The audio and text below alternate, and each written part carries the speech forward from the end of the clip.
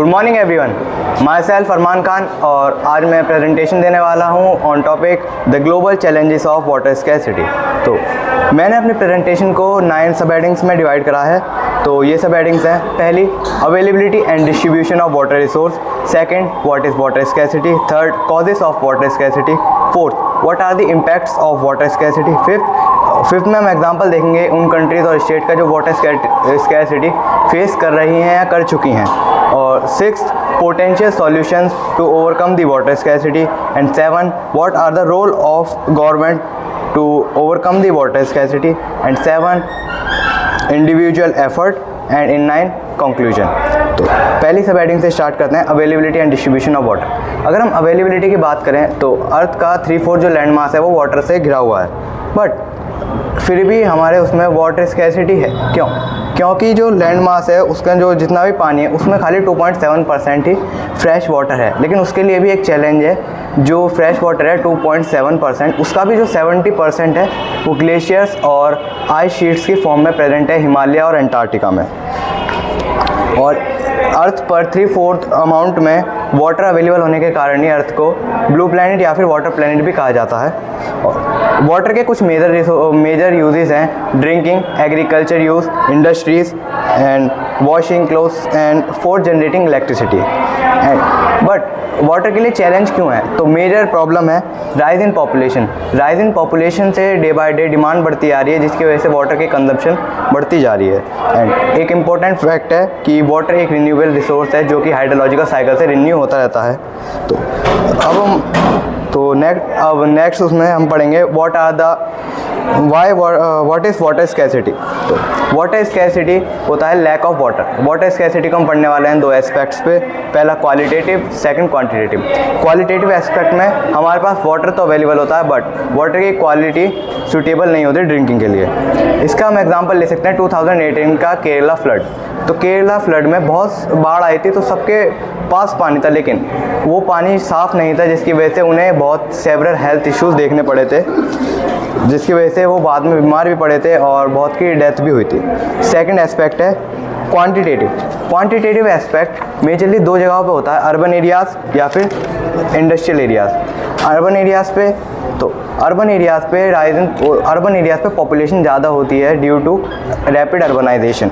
तो इस population increase की वजह से ही लोगों की फूड और वाटर की डिमांड बढ़ती है, और वाटर की डिमांड वाटर रिसोर्स के थ्रू फुलफ़िल कर देते हैं। बट फूड की डिमांड फुलफ़िल करने के लिए उन्हें फूड की प्रोडक्टिविटी बढ़ानी पड़ेगी, जिसके लिए उन्हें इरिगेशन में ज़्यादा पानी यूज़ करना पड़ेगा, जिसकी वजह से वाटर एक्सप्लोटेशन होता है और जो ग्राउंड लेवल है वाटर का वो गिर जाता है, उसका दर कम हो जाता है। बट और सेकंड है, इसका हम एग्जांपल ले सकते हैं ग्राउंड वाटर का गुजरात।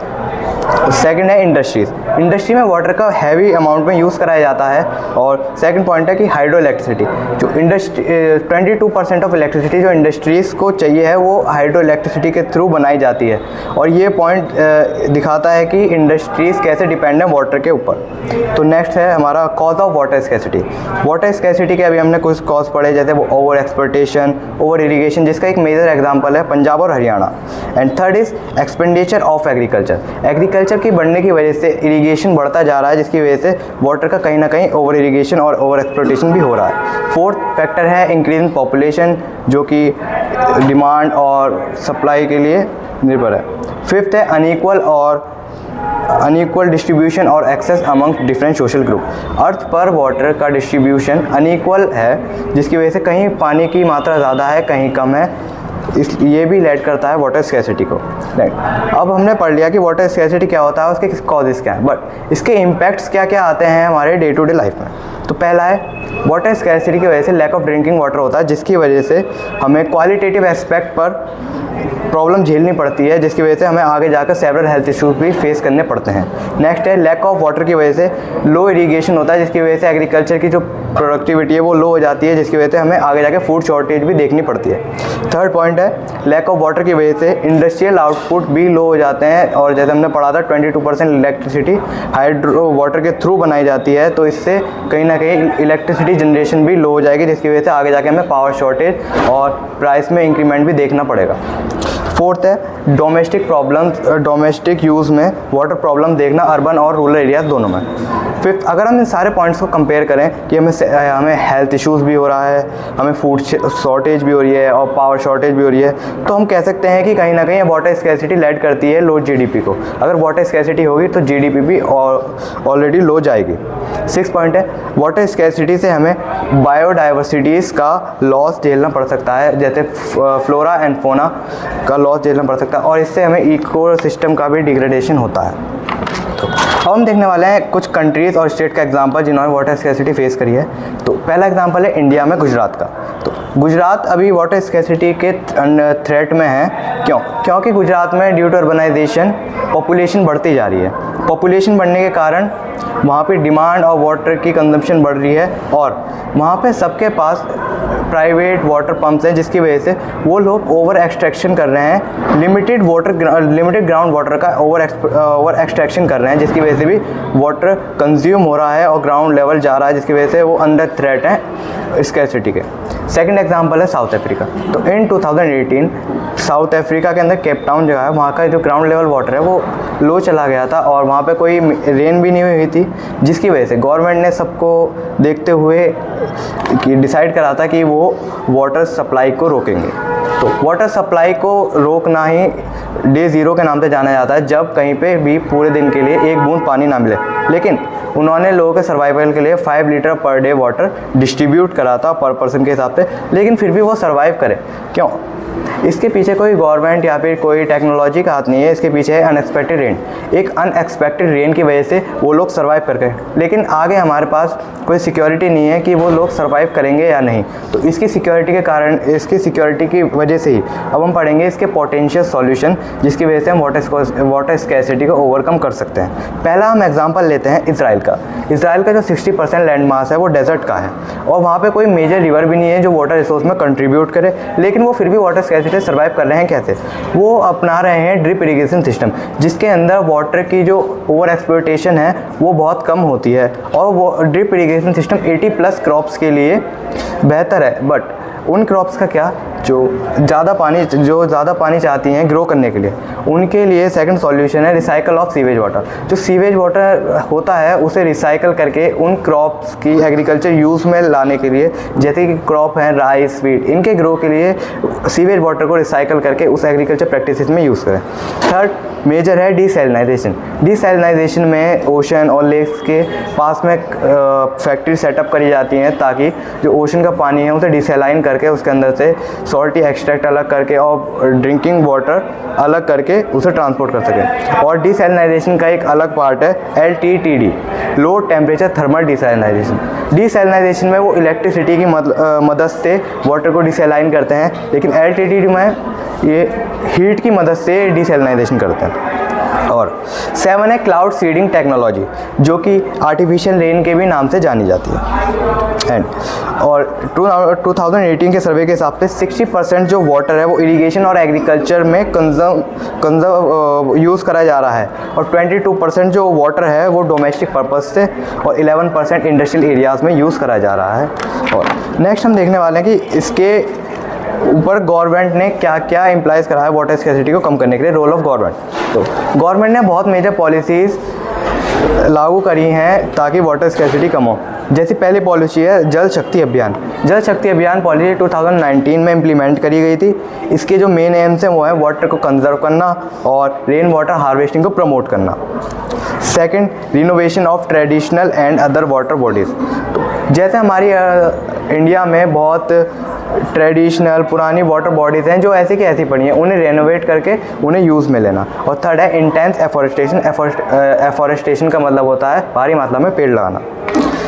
और सेकंड जो पॉलिसी मेजर करी गई थी गवर्नमेंट के थ्रू वो है जल जीवन मिशन।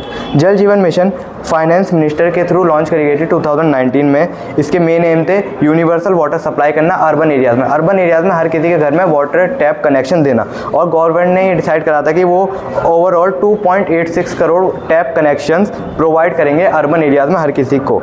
और उन्होंने टाइमलाइन बनाई थी कि उनका मानना था कि 5 साल में ये एक हमारा मिशन कंप्लीट हो जाएगा। और ये स्टार्ट हुआ था 2019 में और उनका मानना था कि वो 2024 तक आते आते ये कंप्लीट हो जाएगा और सबके यहाँ टैप कनेक्शन हो जाएगा। नेक्स्ट हम पढ़ने वाले हैं इंपॉर्टेंस ऑफ इंडिविजुअल एक्शन। तो हम सोचते हैं कि हमारा एक काम करने से ही क्या होगा, लेकिन हमारे एक छोटे से काम से भी बहुत असर पड़ सकता है।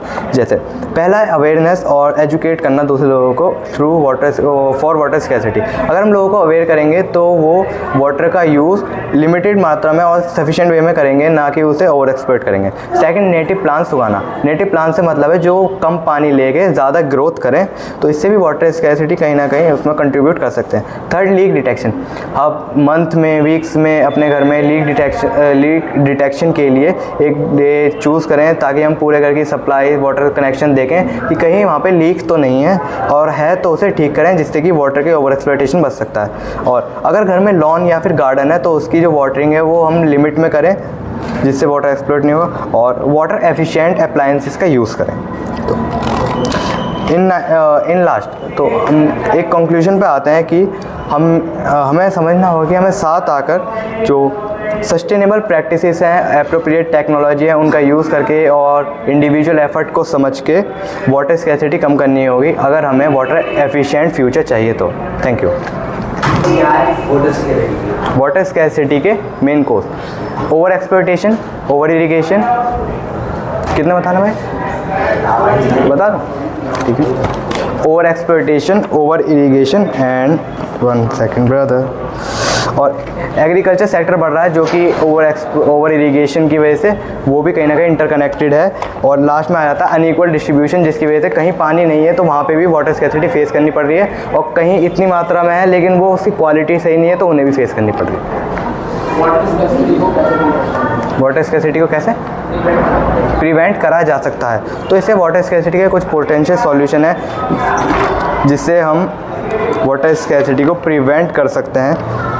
डेवलपमेंट है तो जैसे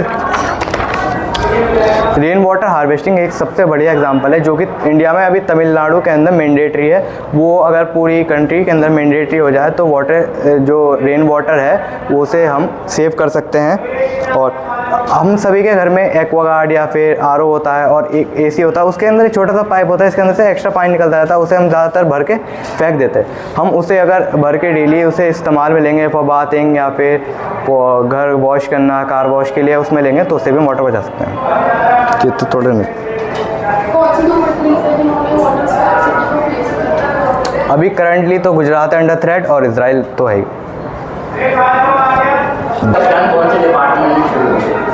जल शक्ति अभियान, department of drinking water and sanitation.